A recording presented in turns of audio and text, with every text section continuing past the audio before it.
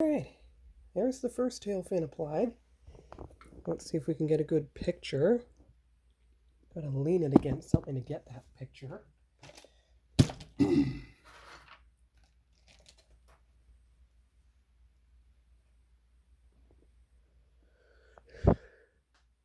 There we go.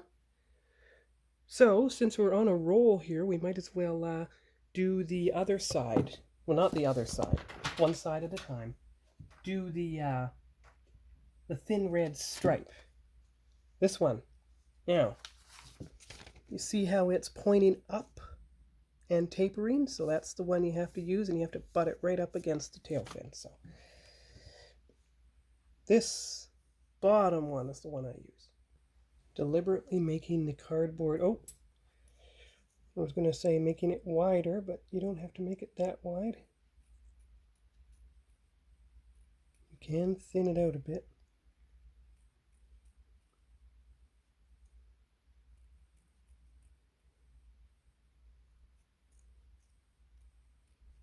There, and trim it.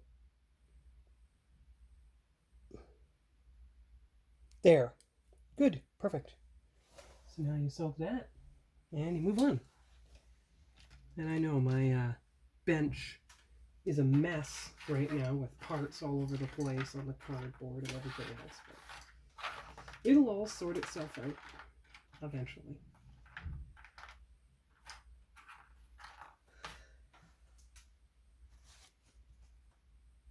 But I felt it was important to get the tail fin in place now. It went on smoothly, so that's a good sign. Now the stripe is very thin, but hopefully it'll go on in one piece, unlike some of the Excelsior decals. They had a nasty habit of not going on straight or in one piece because they were evil and the system was rigged.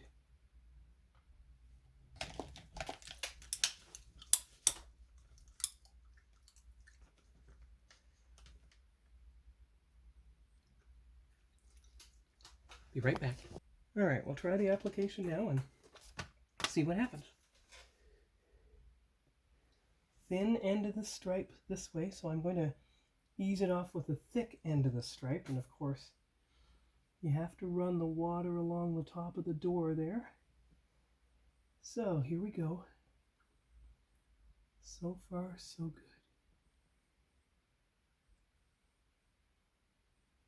Like that. Like that. And that should allow it to be snug right against the door. And of course, it would help if the stripe had not just come off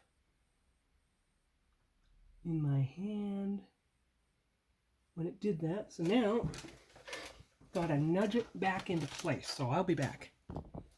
All right, here we go. That is the best picture I can get of the stripe in place. The light well, that would work too, but the light shadows just don't allow it to show up properly. Ah, there you go. Good. There you are. That's the best way to prop up the car while the decal settles in place, and it's butted right up against the tail fin. So that'll do for now, and that's all I can do today. I've decaled myself into a corner, so, and of course I haven't even primed the roof rack yet. All the other parts are painted and primed, so I might as well put them in a bag. I can do that at least. All right, so everything is in these small little bags now, except for the big pieces. So everything's arranged, and don't worry, those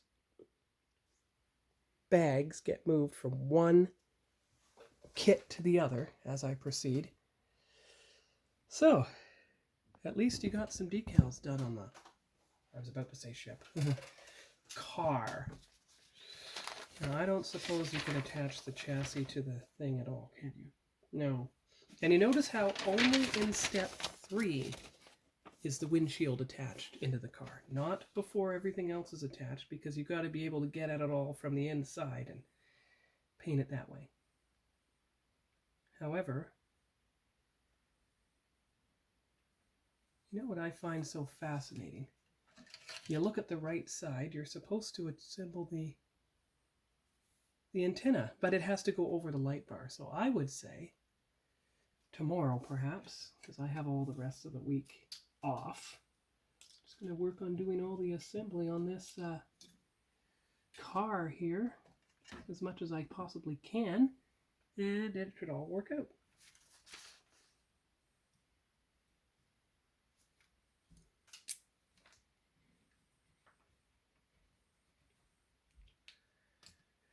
Now, I don't know if there's anything else I can actually assemble.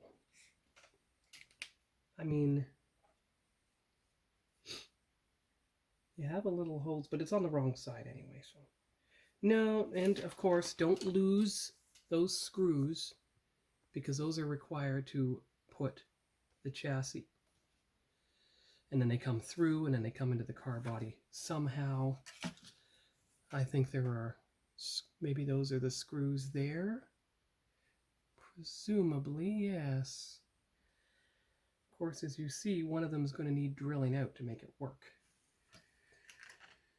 All right.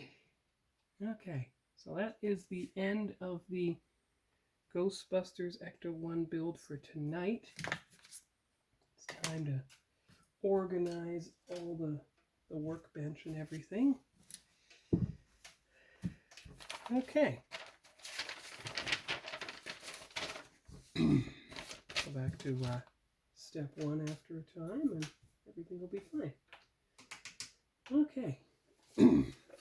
So we'll see you here next time when I'm able to do more. Because I don't think there's anything else I can do at this moment.